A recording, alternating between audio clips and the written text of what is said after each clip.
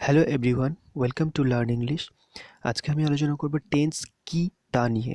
টেন্সের বাকি অংশগুলো আমি ডিটেলস আলোচনা করব অন্য ভিডিওতে, কিন্তু টেন্স কি এটা কনসেপ্ট ক্লিয়ার থাকা দরকার। অ্যাকচুয়ালি টেন্স না জানলে ইংরেজি গ্রামারের অন্য কোনো অংশ ভালো করে পারা যায় না, রাইটিং, ন্যারেশন, ভয়েস, অন্য সব কিছু। তো টেন্স হচ্ছে একটা ঘরের পিলার, যেমন মজবুত হওয়া দরকার, তার উপরে ঘরের বাকি অংশগুলো ভর করে দাঁড়িয়ে থাকতে পারে, ঠিক তেমনভাবে টেন্স হচ্ছে ইংরেজি গ্রামারের পিলার। তো এটাকে ভালো করে আগে জানতে হবে। তাহলে চলো টেন্স কি এটা আমি জেনে নিই। প্রথমত টেন্স স্পেলিংটা লক্ষ্য করো। টেন্স আমি দেখেছি স্টুডেন্টদের লিখতে গিয়ে যে অসুবিধাটা হয়, সেটা হচ্ছে টেন্সের স্পেলিং ভুল করে প্রায়। TENCE নয়, TENSE।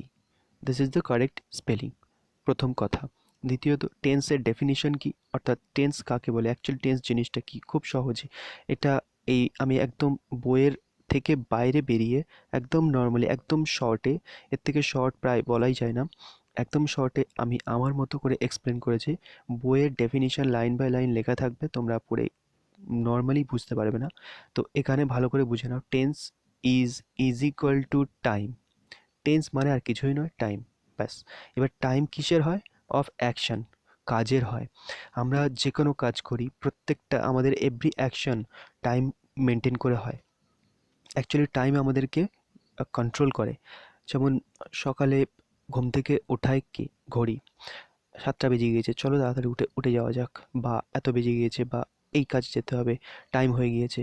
অর্থাৎ প্রত্যেকটা কাজের একটা কিন্তু সময় মেনটেন করে করতে হয়। সেই সময়টা চলে গেলে কাজটা কিন্তু ডিলে হয়ে যায়, আমরা বলি দেরি হয়ে গেছে। সুতরাং টেন্স ইজ ইকুয়াল টু কি? টাইম অফ অ্যাকশন, কাজের সময়। টেন্সের ডেফিনিশন আজ কখনো ভুলবে না। Next, types. টেন্স ক রকম? 3 রকম। দে আর, আচ্ছা এখানে দেখো, ভালো করে লক্ষ্য করো।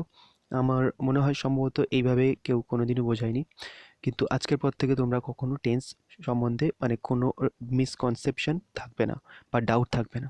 ভালো করে দেখো, টেন্স 3 রকম তো জানলাম, কিন্তু কি কি সেটা আগে জানার আগে যেটা দেখো, লক্ষ্য করো, 3টে ইয়ার লেখা আছে, 2020, 2021 অ্যান্ড 22।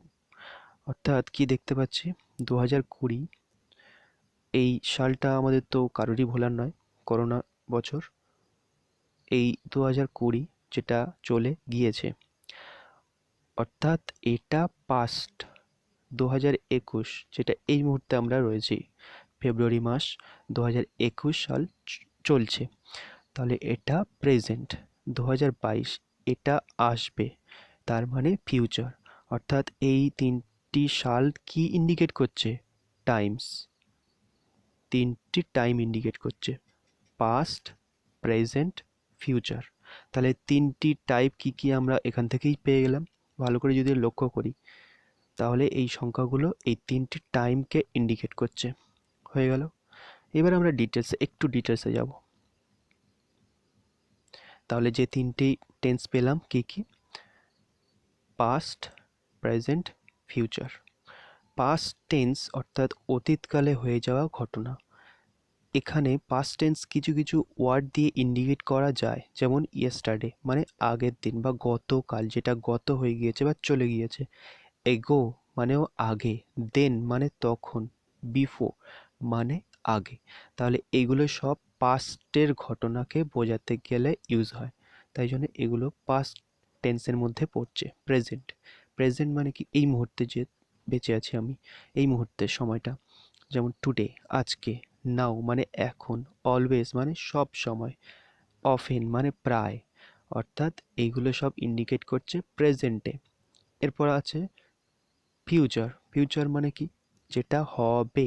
2021 এখন প্রেজেন্ট, 2022 যেটা আসবে, যেটা হবে। এখন ফেব্রুয়ারি মাস, এটা প্রেজেন্ট, কিন্তু মার্চ যেটা হবে ফিউচার।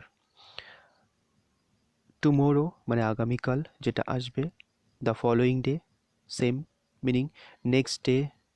তো এই ওয়ার্ডগুলো ইন্ডিকেট করছে ভবিষ্যতের সময়, অর্থাৎ ফিউচার টেন্স। তাহলে আশা করি টেন্স বা কতগুলো এবং কি কি সেটা বুঝতে পারলে এই পর্যন্ত দেখে। এবারে আমরা আরেকটু বুঝবো ভার্বস এর মধ্যে টেন্সের কিভাবে চেঞ্জ হচ্ছে ভার্বগুলো দেখো। প্রথমে আছে বিকাম।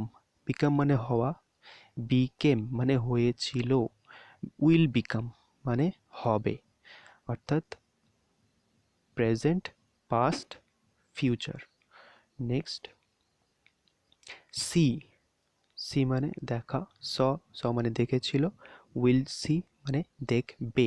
এগুলো দিয়ে আমি সেন্টেন্স বানিয়েছি, আরও ক্লিয়ার হবে। প্রথমত এটা দেখে নাও ভার্বের মধ্যে চেঞ্জটা। সি মানে দেখা, স মানে দেখেছিল এবং উইল সি মানে দেখবে। নেক্সট গো যাওয়া, ওয়েন্ট গিয়েছিল, will go. Present, past, future. এবারে সেন্টেন্স। সেন্টেন্স পড়লে আরও ক্লিয়ার হয়ে যাবে। Elon Musk became the richest man. যারা সম্প্রতি ঘটনার খবর রাখে তারা নিশ্চয়ই এলন মাস্কের নাম জানো। সম্প্রতিকালে তিনি বিশ্বের সবচেয়ে ধনী ব্যক্তি হয়ে গেছেন। তো এলন মাস্ক বিকেম হয়েছিলেন দ্য রিচেস্ট ম্যান, সবচেয়ে ধনী ব্যক্তি। বিকেম মানে হয়ে গেছিলেন। Next Caterpillar. Caterpillar becomes butterfly. এখানে আছে বিকামস, এটা সিম্পল প্রেজেন্ট টেন্স, মানে প্রেজেন্ট টেন্সের মধ্যে পড়ছে। আমি এখন simple present tense, past tense কিছু যাচ্ছি না, সিম্পল পাস্ট, কন্টিনিউয়াস। আপাতত প্রেজেন্ট, পাস্ট, ফিউচার এটুকু দেখো। তাহলে বিকামস বাটারফ্লাই। ক্যাটারপিলার মানে শুঁয়োপোকা সবসময় তো বাটারফ্লাই পরিণত হয়, অলওয়েজ। তাই এটা সিম্পল প্রেজেন্ট টেন্সের মধ্যে পড়ছে, প্রেজেন্ট টেন্সের মধ্যে পড়ছে। Next one day I will become a singer. একদিন আমি গায়ক হয়ে যাব। I will become a singer. তো ওয়ান ডে একদিন হব, এখন হইনি, তাই জন্য এটা কি tense? Future tense. I will become বা আই শ্যাল বিকাম। তাহলে এই হচ্ছে প্রেজেন্ট, পাস্ট, ফিউচার এর কনসেপ্ট। এর পরের ভিডিওতে আমি এদের আরও যে ভাগগুলো হয় সেগুলো নিয়ে আলোচনা করব এবং তাদের বিভিন্ন স্ট্রাকচার এবং সেন্টেন্স। যদি ভিডিও থেকে ভালো কিছু বুঝতে পারো তো লাইক করবে, শেয়ার করবে। Thank you.